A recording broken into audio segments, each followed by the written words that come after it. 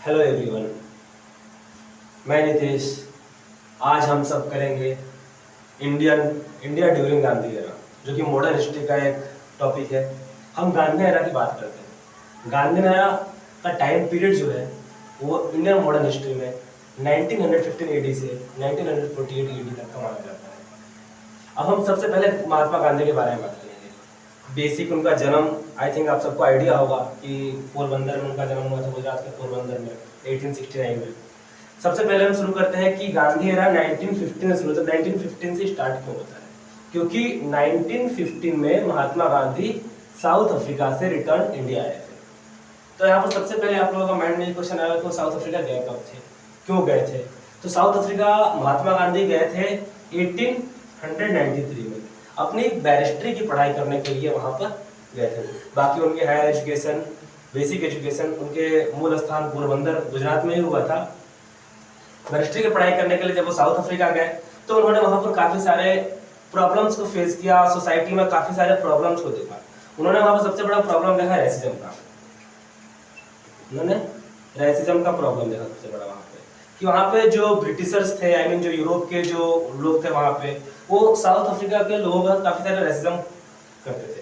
यह प्रॉब्लम था कि इवन उनके साथ एक इंसिडेंट ऐसा हुआ था कि उन्हें ट्रेन से उतार दिया गया था उनके ब्लैक होने की वजह से। इस वजह से उन्होंने काफी रेसिज्म को फेस किया। तो वहाँ पर उन्होंने मूवमेंट को एक नया डायरेक्शन देने का ट्राई किया। अब मूवमेंट को नया डायरेक्शन देने का ट्राई किया तो वो मूवमेंट को जो वो लोगों को सत्याग्रह के लिए लोगों से अपील कर रहे थे। एक मास मूवमेंट के लिए लोगों से अपील कर रहे थे जो कि नॉन वायलेंस हो। अब उसी यहां से उन्होंने साउथ अफ्रीका से उन्होंने सत्याग्रह, मास मूवमेंट और एक नॉन वायलेंट मूवमेंट के लिए उन्होंने शुरुआत किया।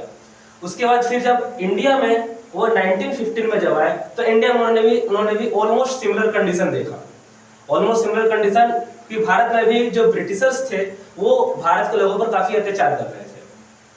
अब अत्याचार के सेंस में कहीं पर वो ज्यादा रेवेन्यू ले रहे थे, कहीं पर टैक्स हो गया, रेवेन्यू हो गया, कहीं पर जंगलों में जाकर वो लोग, जैसे कि कुछ लोग होते थे कि उनका फॉरेस्ट पे पूरा लाइफ डिपेंडेंट था, तो वहां पर उन लोगों को टैक्स लगा दिया।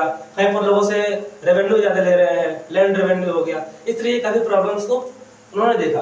तो वो 1915 में जब इंडिया आया तो उनका एक पॉलिटिकल मेंटोर थे। उनके पॉलिटिकल मेंटोर थे। वो पॉलिटिकल मेंटोर थे गोपाल कृष्ण गोखले।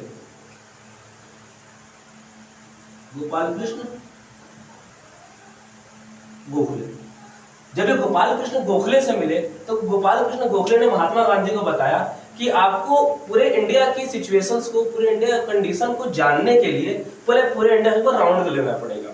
तो उन्होंने ऑलमोस्ट 1915 से लेके 1916 तक ये पूरे इंडिया को विजिट किया, पूरे इंडिया में घूमे। ड्यूरिंग दैट पीरियड उन्हें एक मौका मिला जिसमें कि उस टाइम पर बीएचयू का उद्घाटन हो रहा था। बनारस हिंदू विश्वविद्यालय जो है उसका इनॉग्रेशन था। इनॉग्रेशन में एक बार बोलने का मौका मिला। ओके, तो महात्मा गांधी 1916 में महात्मा गांधी को बीएचयू के इनॉग्रेशन में, उद्घाटन में बोलने का पब्लिकली मौका मिला था। तो उन्होंने पहली बार भारतीय तत्कालीन राष्ट्रवादी प्रथाओं का आलोचना की। फर्स्ट जो समय के नेशनलिस्ट मूवमेंट के मतलब जो नेशनलिस्ट मूवमेंट चलाने का जो आइडियाज थे उसको क्रिटिसाइज किया था।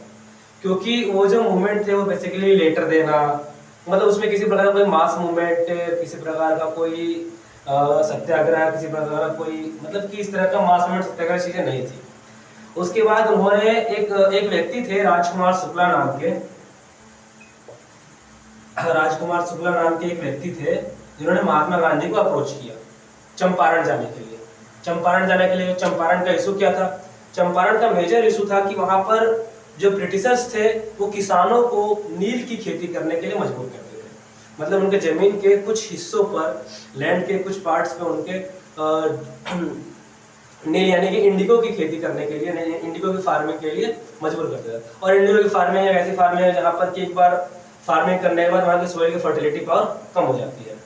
तो किसान काफी, फार्मर्स काफी परेशान थे इस चीज को लेकर।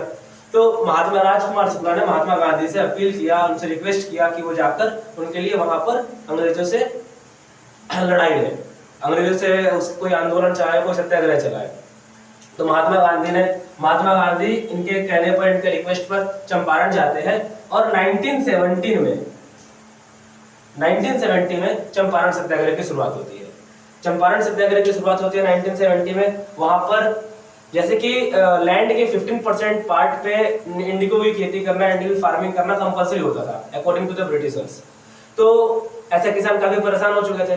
महात्मा गांधी ने इसके लिए अंग्रेजों से काफी पहले मेमोरेंडम दिया, लेकिन अंग्रेजों ने इनकी बातों को नहीं माना। अंग्रेजों ने इनको वहां से वापस चले जाने के लिए कहा, लेकिन महात्मा गांधी वहीं पर टिके रहे और इनके लिए लगातार लड़ाई लड़ते रहे। चंपारण के लोगों के लिए, चंपारण के किसानों के लिए लगातार लड़ाई लड़ते रहे और एट द एंड वहां पर उन्हें सत्याग्रह करना पड़ा। और सत्याग्रह का नतीजा ये होता है कि किसानों को नील की खेती करने के लिए पहले अंग्रेज मजबूर करते थे, वो मजबूर नहीं किया। अब किसान अपने अकॉर्डिंग वहां पर खेती कर सकते थे। ठीक, वहां पर नील की खेती करने के लिए कोई भी प्रतिबंधित नहीं था। इसके बाद फिर हम बात करते हैं कि अहमदाबाद का जो मिल इंसिडेंट होता है।